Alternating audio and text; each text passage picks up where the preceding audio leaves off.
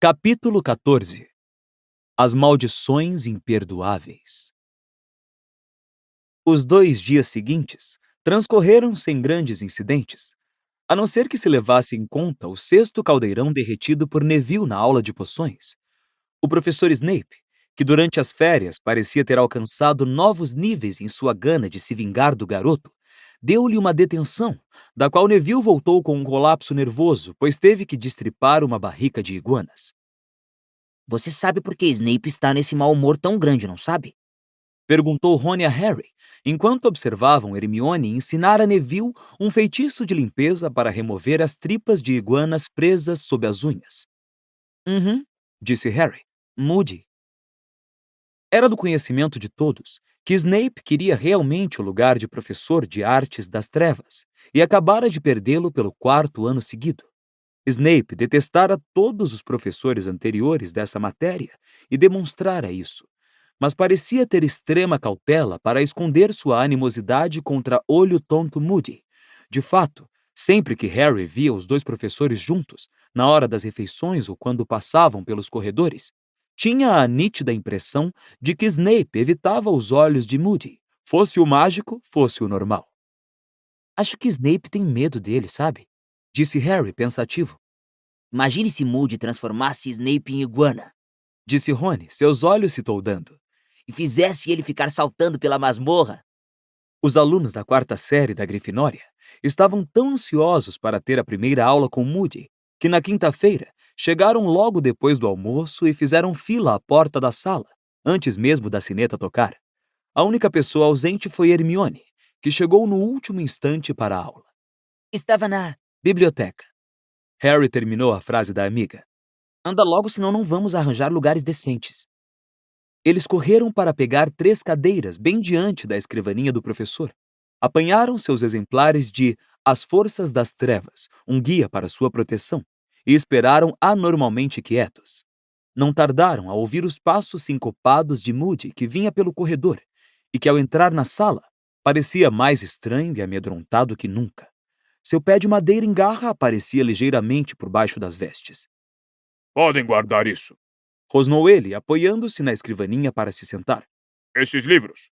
Não vão precisar deles. Os alunos tornaram a guardar os livros na mochila. Rony tinha um ar excitado. Moody apanhou a folha de chamada, sacudiu sua longa juba de cabelos grisalhos para afastá-los do rosto contorcido e marcado, e começou a chamar os nomes, seu olho normal percorrendo a lista e o olho mágico girando, fixando-se em cada aluno quando ele respondia. Certo, então. Concluiu ele quando a última pessoa confirmara a presença. Tenho uma carta do professor Lupin sobre esta turma. Parece que vocês receberam um bom embasamento para enfrentar criaturas das trevas. Estudaram bichos papões, barretes vermelhos, rinkypunks, grindelows, capas e lobisomens, correto? Houve um murmúrio geral de concordância. Mas estão atrasados, muito atrasados em maldições. Disse Moody. Então, estou aqui para pôr vocês em dia com o que os bruxos podem fazer uns aos outros. Tenho 1 ano para lhes ensinar a lidar com as forças das... Quê? O senhor não vai ficar? Deixou escapar Rony. O olho mágico de Moody girou para se fixar em Rony. O garoto ficou extremamente apreensivo, mas passado um instante, o professor sorriu. A primeira vez que Harry o via fazer isso. O efeito foi entortar mais que nunca o seu rosto muito marcado, mas de qualquer forma foi um alívio saber que ele era capaz de um gesto amigável como sorrir. Rony pareceu profundamente aliviado. Você deve ser filho do Arthur Weasley, Disse Moody. Seu pai me tirou de uma enrascada há alguns dias. Vou ficar apenas este ano. Um favor especial a Dumbledore. 1 ano e depois volto ao sossego da minha aposentadoria. Ele deu uma risada áspera e então juntou as palmas das mãos nodosas. Então, vamos direto ao assunto. Maldições. Elas têm variados graus de força e forma. Agora, segundo o Ministério da Magia, eu devo ensinar a vocês as contra-maldições e parar por aí. Não devo lhes mostrar que cara tem as maldições ilegais até vocês chegarem ao 6º ano. Até lá, o Ministério acha que vocês não têm idade para lidar com elas. Mas o professor Dumbledore tem uma opinião mais favorável dos seus nervos e acha que vocês podem aprendê-las. E eu digo que quanto mais cedo souberem o que vão precisar enfrentar, melhor. Como vão se defender de uma coisa que nunca viram? Um bruxo que pretenda lançar uma maldição ilegal sobre vocês não vai avisar o que pretende. Não vai lançá-la de forma suave e educada bem na sua cara. Vocês precisam estar preparados. Precisam estar alertas e vigilantes. A senhorita deve guardar isso, senhorita Brown, enquanto eu estiver falando. Lilá levou um susto e corou. Estivera mostrando a Parvati o horóscopo que aprontara por baixo da carteira. Aparentemente, o olho mágico de Moody podia ver através da madeira tão bem quanto pela nuca. Então, algum de vocês sabe que maldições são mais severamente punidas pelas leis da magia? Vários braços se ergueram hesitantes, inclusive os de Rony e Hermione. Moody apontou para Rony, embora seu olho mágico continuasse mirando Lilá. Disse Rony sem muita certeza. Meu pai me falou de uma, chama Maldição Impérios ou coisa assim. Ah, sim. Disse Moody satisfeito. Seu pai conheceria essa.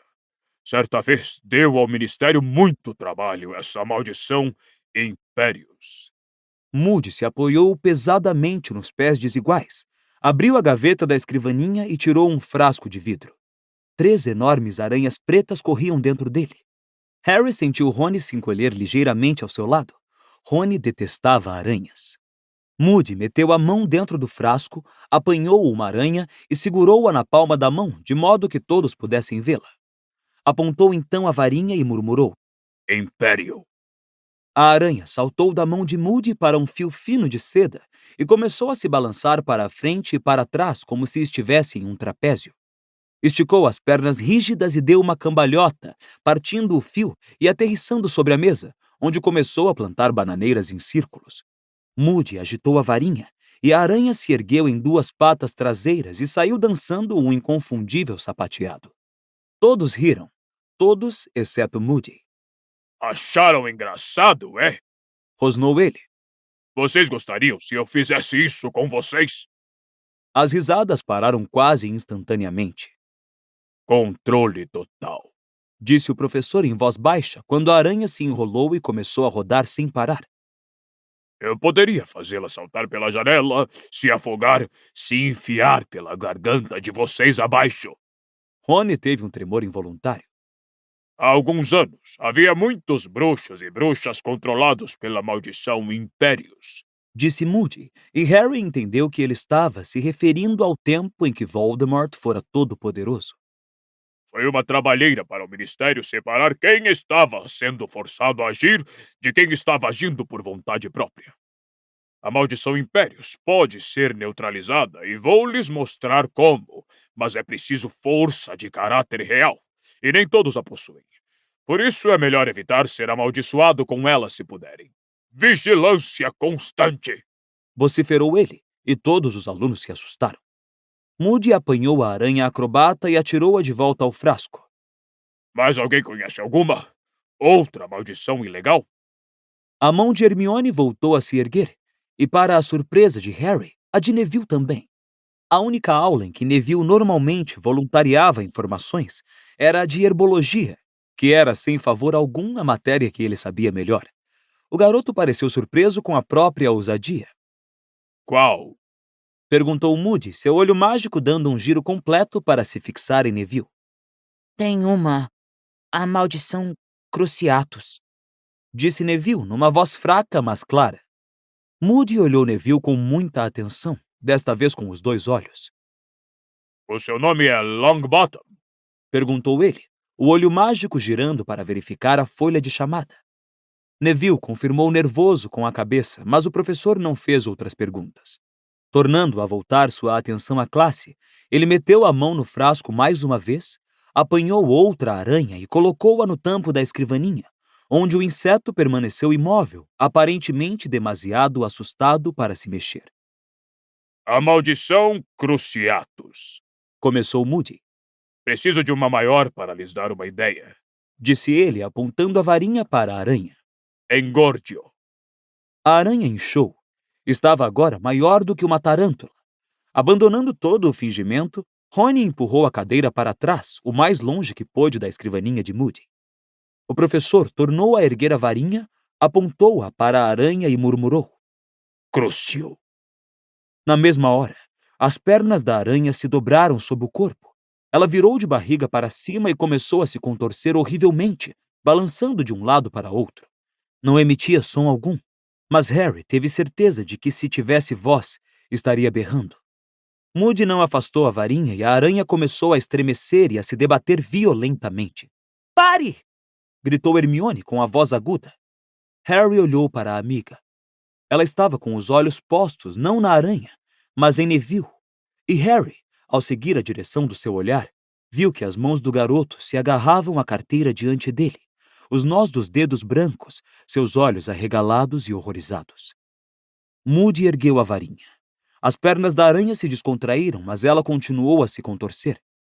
Reducio. Murmurou Moody, e a aranha encolheu e voltou ao tamanho normal. Ele a repôs no frasco. Dor. Explicou Moody em voz baixa. Não se precisa de anjinhos nem de facas para torturar alguém quando se é capaz de lançar a maldição Cruciatus. Ela também já foi muito popular. Certo. Mas alguém conhece alguma outra? Harry olhou para os lados. Pela expressão no rosto dos colegas, ele achou que estavam todos pensando no que aconteceria com a última aranha. A mão de Hermione tremia levemente quando, pela terceira vez, ela a ergueu no ar. Sim, Disse Moody, olhando-a. Avada Kedavra. Sussurrou a garota. Vários colegas a olharam constrangidos, inclusive Rony. Ah, Exclamou Moody, outro sorrisinho torcendo sua boca enviesada. a última e a pior. Avada Kedavra, a maldição da morte. Ele enfiou a mão no frasco, e quase como se soubesse o que a esperava, a terceira aranha correu freneticamente pelo fundo do objeto, tentando fugir aos dedos de Moody, mas ele a apanhou e a colocou sobre a escrivaninha. O inseto começou a correr desvairado pela superfície de madeira. Moody ergueu a varinha e Harry sentiu um repentino pressentimento. Avada Kedavra! Berrou Moody. Houve um relâmpago de ofuscante luz verde e um rumorejo, como se algo vasto e invisível voasse pelo ar. Instantaneamente, a aranha virou de dorso, sem uma única marca, mas inconfundivelmente morta. Várias alunas abafaram gritinhos. Rony se atirara para trás, quase caindo da cadeira, quando a aranha escorregou em sua direção. Moody empurrou a aranha morta para fora da mesa. Nada bonito, Disse calmamente. nada agradável. E não existe contra-maldição. Não há como bloqueá-la. Somente uma pessoa no mundo já sobreviveu a ela e está sentada bem aqui na minha frente. Harry sentiu seu rosto corar quando os 2 olhos de Moody fitaram os dele. Sentiu que toda a turma também estava olhando para ele. Harry encarou o quadro negro limpo como se estivesse fascinado por sua superfície, mas na realidade sem sequer vê-lo. Então, fora assim que seus pais tinham morrido. Exatamente como aquela aranha. Será que tinham morrido sem desfiguração nem marcas também? Será que tinham simplesmente visto um relâmpago verde e ouvido o rumorejo da morte que se aproximou célere antes que a vida fosse varrida de seus corpos? Harry imaginara a morte dos pais muitas vezes nesses 3 anos, desde que descobrira que tinham sido assassinados, desde que descobrira o que acontecera naquela noite. Como Rabicho informara o esconderijo de seus pais a Voldemort, que viera procurá-los em casa. Como o bruxo matara primeiro o pai de Harry. Como Tiago Potter tentara atrasá-lo, enquanto gritava para a mulher apanhar Harry e correr. E Voldemort avançara para Lilian Potter. Dissera-lhe para se afastar para ele poder matar Harry. Como sua mãe suplicara para que a matasse no lugar do filho, recusara-se a deixar de proteger o filho com o corpo. E então Voldemort a assassinara também, antes de virar a varinha contra Harry. Harry conhecia esses detalhes porque ouvira a voz dos pais quando enfrentara os dementadores no ano anterior, pois esse era o terrível poder dessas criaturas: forçar suas vítimas a reviverem as piores lembranças de suas vidas e se afogarem impotentes no próprio desespero. Harry teve a impressão de que Moody recomeçara a falar de muito longe. Com um enorme esforço, ele se obrigou a voltar ao presente e fixar a atenção no que o professor dizia. Avada Kedavra é uma maldição que exige magia poderosa para lançá-la. Vocês podem apanhar as varinhas agora, apontá-las para mim, dizer as palavras e duvido que consigam sequer que o meu nariz sangre. Mas isto não importa. Não estou aqui para ensiná-los a lançá-la. Ora, se não há uma contra-maldição, por que estou lhes mostrando essa maldição? Porque vocês precisam conhecê-la. Vocês têm que reconhecer o pior. Vocês não querem se colocar em uma situação em que precisem enfrentá-la. Vigilância permanente! Berrou ele e a turma inteira tornou a se sobressaltar. Agora, essas 3 maldições, Avada Kedavra, Impérios e Cruciatus, são conhecidas como as maldições imperdoáveis. O uso de qualquer uma delas em um semelhante humano é suficiente para ganharem uma pena de prisão perpétua em Azkaban. É isso que vão ter que enfrentar. É isso que preciso lhes ensinar a combater. Vocês precisam estar preparados. Vocês precisam de armas. Mas, acima de tudo, precisam praticar uma vigilância constante, permanente. Apanhem suas penas, copiem o que vou ditar. Os alunos passaram o resto da aula tomando notas sobre cada uma das maldições imperdoáveis. Ninguém falou até a sineta tocar, mas quando Moody os dispensou e eles saíram da sala, explodiram em um falatório irrefreável. A maioria dos alunos discutia as maldições em tom de assombro. Você viu ela se contorcendo? E quando ele matou a aranha, assim? Comentavam a aula, pensou Harry, como se ela tivesse sido um espetáculo fantástico. Mas ele não a achara nada divertida. Tampouco Hermione. Anda logo, Disse ela tensa para Harry e Rony. não é a biblioteca outra vez, é? Perguntou Rony. Não, respondeu a garota secamente, apontando para um corredor lateral. Neville. Neville estava em pé sozinho no meio do corredor, de olhos fixos na parede de pedra oposta, com a mesma expressão horrorizada e pasma que fizera quando Moody demonstrara a maldição Cruciatus. Neville? Chamou Hermione de mansinho. Neville virou a cabeça. Ah, alô? Disse ele, a voz mais aguda do que habitualmente. Aula interessante, não foi? Que será que tem para o jantar? Estou morto de fome, vocês não? Neville, você está bem? Perguntou Hermione. Ah, claro, estou ótimo. Balbuciou o garoto, na mesma voz anormalmente aguda. Jantar muito interessante. Quero dizer, aula. Que será que tem para se comer? Rony lançou a Harry um olhar assustado. Neville, Mas eles ouviram às costas um som seco e metálico estranho, e ao se virarem, viram o professor Moody vindo em sua direção. Os 4 ficaram em silêncio, observando-o apreensivos, mas quando ele falou, foi com um rosnado bem mais baixo e gentil do que tinham ouvido até então. Está tudo bem, filho. Disse ele a Neville. Por que não vem até a minha sala? Vamos. Podemos tomar uma xícara de chá. Neville ficou ainda mais assustado ante a perspectiva de tomar chá com Moody. Ele não se mexeu nem falou. Moody virou o olho mágico para Harry. Você está bem, não está, Potter? Estou, disse Harry, quase em tom de desafio. O olho azul de Moody estremeceu de leve na órbita ao examinar Harry. Então falou. Vocês têm que saber. Parece cruel, talvez, mas vocês têm que saber. Não adianta fingir. Bom, venha, Longbottom. Tenho uns livros que podem lhe interessar. Neville olhou suplicante para Harry, Rony e Hermione, mas eles não disseram nada, de modo que o garoto não teve escolha senão se deixar conduzir, uma das mãos nodosas de Moody em seu ombro. que foi que houve? Perguntou Rony, observando Neville e Moody virarem para outro corredor. Não sei.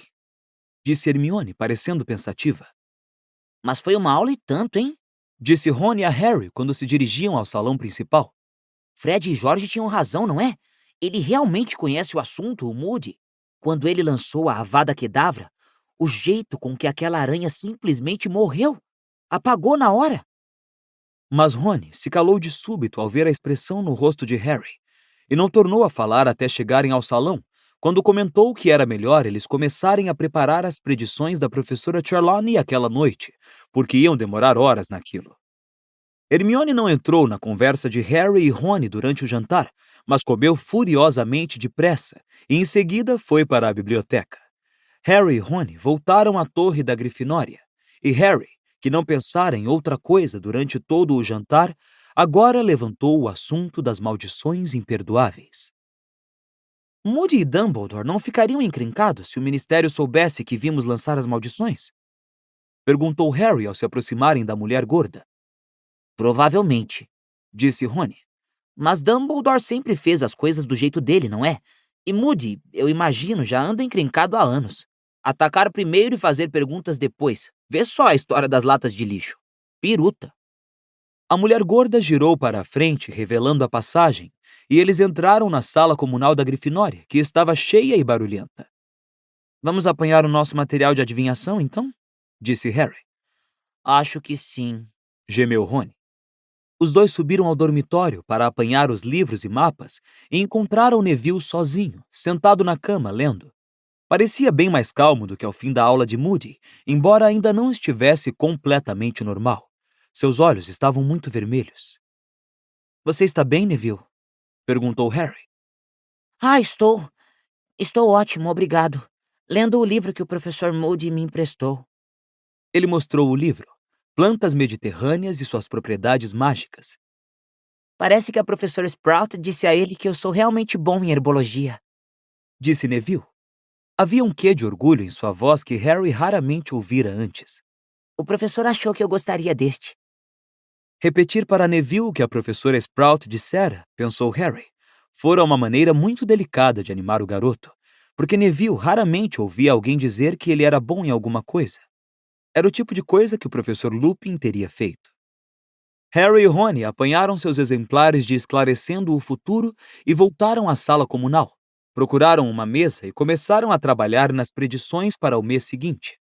1 hora mais tarde, tinham feito pouco progresso, embora a mesa estivesse coalhada de pedaços de pergaminho cobertos com somas e símbolos, e o cérebro de Harry estivesse enevoado, como se impregnado pela fumaça da lareira da professora Trelawney.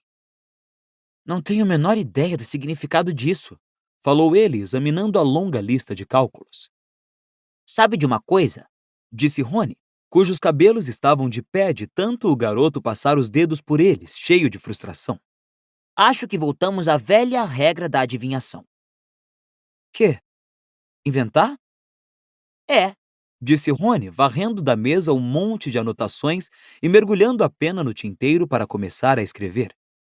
Na próxima segunda-feira, disse ele enquanto escrevia, há grande probabilidade de eu apanhar uma tosse, devido à infeliz conjunção de Marte com Júpiter. Ele ergueu os olhos para Harry. Você conhece ela. Escreve uma porção de desgraças que ela engole tudo. Certo, disse Harry, amassando seu primeiro rascunho e atirando-o por cima das cabeças de um grupo de alunos do primeiro ano que conversavam. Muito bem. Na segunda-feira vou correr o perigo de... me queimar. E vai mesmo, disse Rony sombriamente. Vamos ver os explosivins de novo. Ok.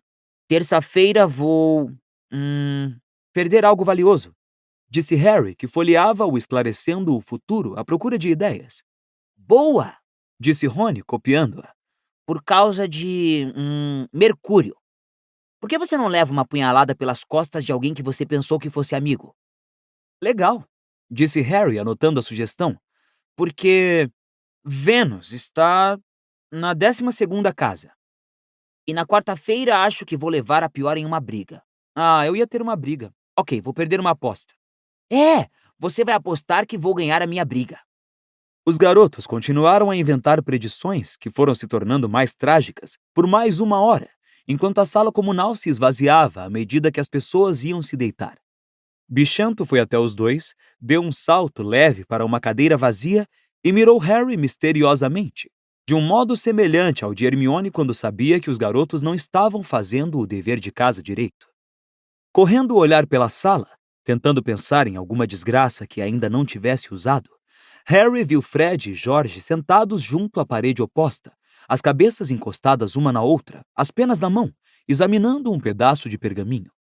Era muito estranho ver os dois escondidos em um canto, trabalhando em silêncio.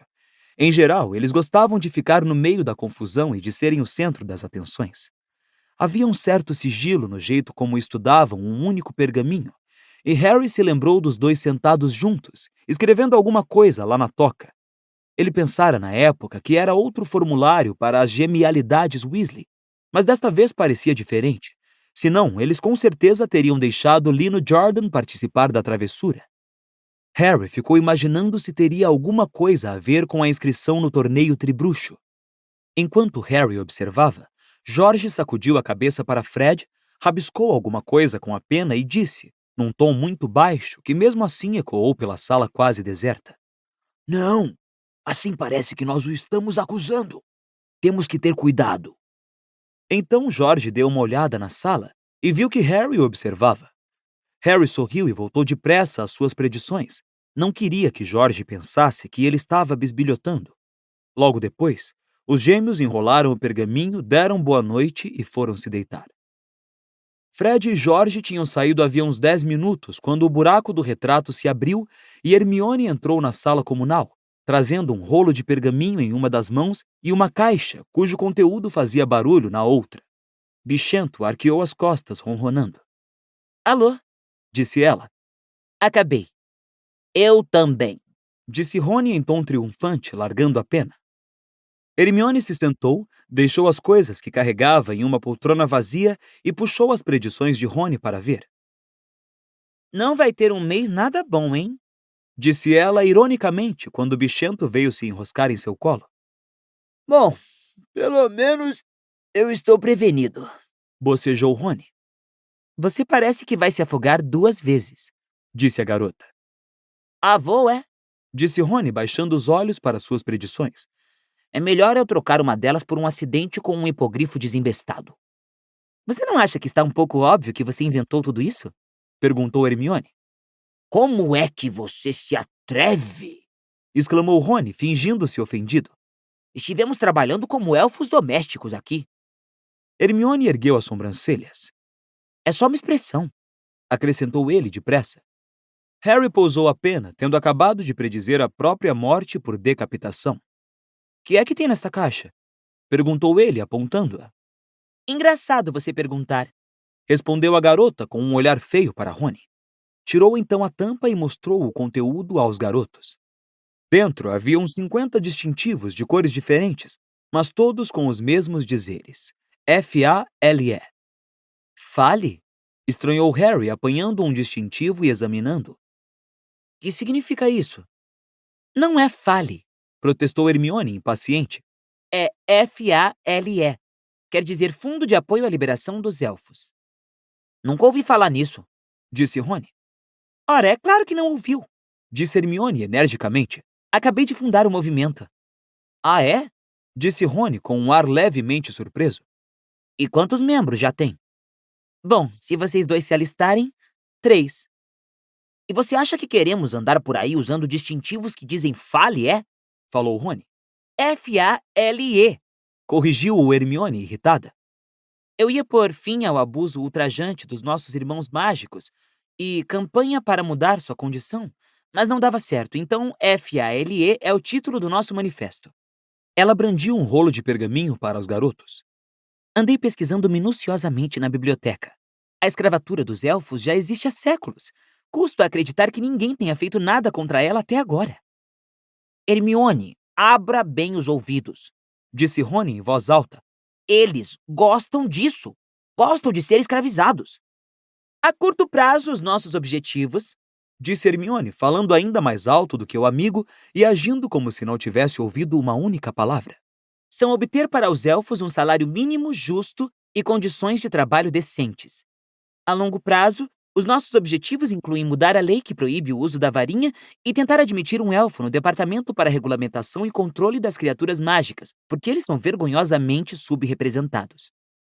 E como é que vamos fazer tudo isso? Perguntou Harry. Vamos começar recrutando novos membros, Disse Hermione, feliz. Achei que 2 ciclos para entrar, o que paga o distintivo e o produto da venda, podem financiar a distribuição de folhetos. Você é o tesoureiro, Rony. Tenho lá em cima uma latinha para você fazer a coleta. E você, Harry, o secretário. Por isso, você talvez queira anotar tudo o que estou dizendo agora, para registrar a nossa primeira reunião. Houve uma pausa em que Hermione sorriu radiante para os dois, e Harry se dilacerou entre a exasperação com a amiga e a vontade de rir da cara de Rony. O silêncio foi quebrado, não por Rony, que de qualquer maneira parecia estar temporariamente mudo de espanto, mas por umas batidinhas leves na janela. Harry correu os olhos pela sala agora vazia e viu, iluminada pelo luar, uma coruja branquíssima encarapitada no peitoril da janela. Edviges! Gritou ele, precipitando-se pela sala para abrir a janela do lado oposto. Edviges entrou, voou pela sala e pousou na mesa em cima das predições de Harry. Até que enfim! Exclamou Harry, correndo atrás da coruja. Ela trouxe uma resposta! Exclamou Rony excitado, apontando para um pedaço sujo de pergaminho preso à perna de Edviges. Harry desamarrou-o depressa e se sentou para ler, depois do que Edviges voou para o joelho do garoto, piando baixinho. Que é que ele diz? Perguntou Hermione, ofegante. A carta era muito curta e parecia ter sido escrito com muita pressa. Harry leu-a em voz alta. Harry, estou viajando para o norte imediatamente.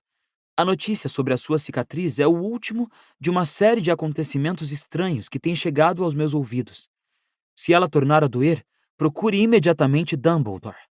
Dizem que ele tirou o olho tonto da aposentadoria, o que significa que tem identificado os sinais, mesmo que os outros não os vejam.